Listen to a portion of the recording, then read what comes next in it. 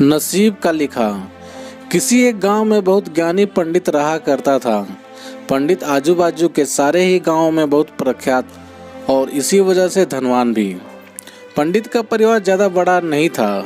पंडित अपनी पत्नी के साथ अपने बहुत बड़े घर में अकेला रहता था, क्योंकि पंडित को कोई बेटा था नहीं और एक बेटी थी जिसका विवाह पास के गांव वाले एक श्रीमंत लड़के से हो चुका था।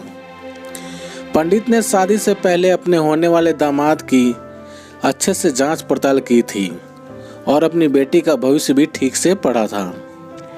तब जाकर उसने बेटी की शादी की थी। लेकिन चंद सालों में ही पंडित का दामाद बुरी आदतों के चंगुल में फंस गया। जुआ और शराब की बुरी लत ने उन्हें सड़क पर लाकर रख दिया था।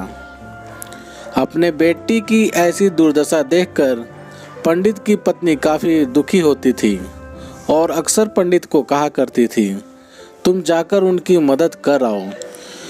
पंडित हमेशा अपनी बीवी को यह कहकर उनकी मदद करने के लिए मना कर देता था कि अभी कुछ समय तक उनका बुरा वक्त चलना है। हम चाहे कितनी ही कोशिश कर लें, जो उनके नसीब में नहीं है वह उन्हें नहीं मिल पाएगा। पंडित की ऐसी बातों से उसकी पत्नी काफ़ी दुखी हो जाया करती थी और मन ही मन सोचती थी कि कैसा स्वार्थी पिता है, अपनी बेटी को इतने कष्टों में देखकर भी उसकी मदद करने के लिए मना करता है। आखिर भगवान ने जो इतना सारा धन धान्य दिया है उसका क्या करेंगे? हमें कोई और औलाद भी तो नहीं है, ले देकर एक यही बेटी है और उसके लिए भी कुछ नहीं करेंगे तो किसके लिए करेंगे?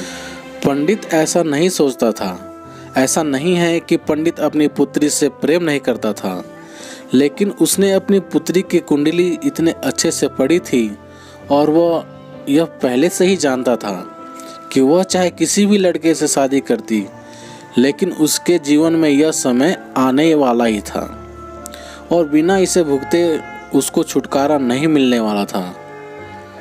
एक दिन खाने पीने के लिए भी मोहताज हो चुके पंडित के बेटी और दामाद उसके घर पर आए। पंडित ने और उसकी बीवी ने दोनों का खूब आदर सत्कार किया और खूब अच्छा खाना खिलाया। बेटी और दामाद की पंडित से सहायता मांगने की हिम्मत ना हुई, इसलिए वह बिना बोले ही वापस अपने घर लौटने लगे। लेकिन माँ तो माँ होती है। पंडिताइन से रहा नहीं गया और बिना पंडित की इजाज़त के उसने चोरी छुपे बूंदी के लड्डू बनाकर उसमें सोने के सिक्के रख दिए और बेटी और दामाद को दे दिए ताकि बेटी और दामाद की कुछ आर्थिक सहायता हो सके।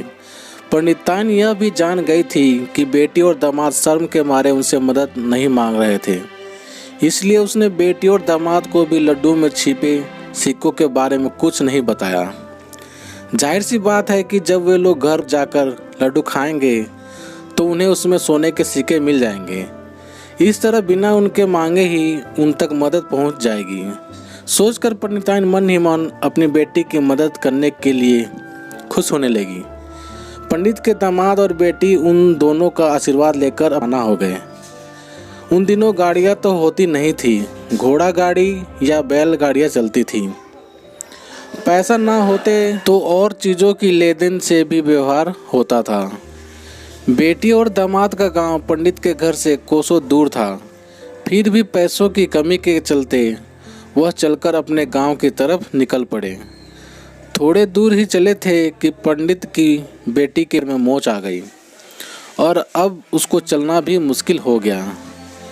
पंडित के दामाद ने जब देखा कि उसकी बीवी अब बिल्कुल चलने में सक्षम नहीं है तो उसने एक टांगा अपने घर तक किराए पर ले लिया। दोनों पति पत्नी टांगे में बैठकर घर तक पहुंच गए, लेकिन टांगे वाले को देने के लिए उनके पास पैसे थे नहीं, इसलिए पंडिताई ने जो बूंदी के लड्डू उन्हें दिए थे वही किराए के तौर पर उस टांगे वाले को दे दिए। टांगे वाला बूंदी के लड्डू को लेकर वहां से चला गया। टांगे वाला अपने घर की तरफ जा रहा था, तब उसे एक हलवाई की दुकान दिखाई दी। उसने सोचा कि थोड़े से बूंदी के लड्डुओं से मेरे घर के लोगों का पेट थोड़ी भरने वाला है, इससे अच्छा मैं इन बूंदी के लड्डुओं को बेचकर उनसे कुछ चावल खरीद लेता हूँ। टांगे वाले ने बूंदी के लड्डू हलवाई को बेच दिए। जिस गांव में वो हलवाई रहता था उसी गांव में एक आदमी ने अपने घर पर पूजा रखी थी और उसी पंडित को उस पूजा के लिए बुलवाया था। पूजा में लगने वाले प्रसाद के लिए उस आदमी ने उसी हलवाई से बूंदी के लड्डू लिए जहां पर उस टांगे वाले ने बेचे थे। हलवाई ने भी उस आदमी को टांगे वाले से खरीदे हुए लड्डू ही पहले दिए ताकि वह खराब ना हो जाएं, क्योंकि वह नहीं जानता था यह लड्डू कब बने हैं। पूजा खत्म होने पर दक्षिणा और बूंदी के लड्डू लेकर जब पंडित अपने घर आया और खाना खाने बैठा तो प्रसाद में लाए बूंदी के लड्डू खाते वक्त लड्डू से सोने का सिक्का निकला। इस घटना को देखकर पंडिताइन की आंखों से आंसू बहने लगे।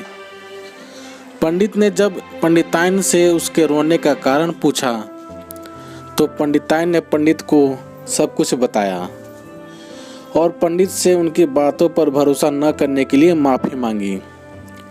पंडित ने पंडिताइन के आंसू पोंछे और कहा कि तुम्हारी तरह मैं भी हमारी बेटी को बहुत प्रेम करता हूँ, लेकिन अगर हम उसकी मदद अब करते हैं तो दामाद हमसे हमेशा ऐसी ही मदद की अपेक्षा रखेगा और अपनी बुरी आदतों को कभी नहीं छोड़ेगा।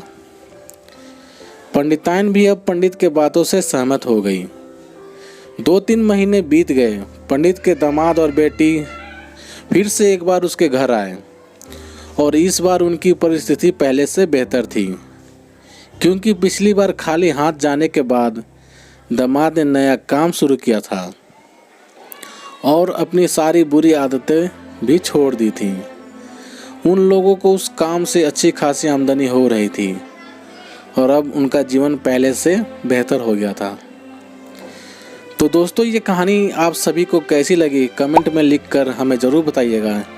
यदि कहानी आप सभी को अच्छी लगी हो तो लाइक करिएगा और चैनल पर नए हो तो सब्सक्राइब ज़रूर करिएगा। तो चलिए दोस्तों, मिलते हैं आप सभी से एक और नई कहानी के साथ। तब तक के लिए जय हिंद, वंदे मातरम।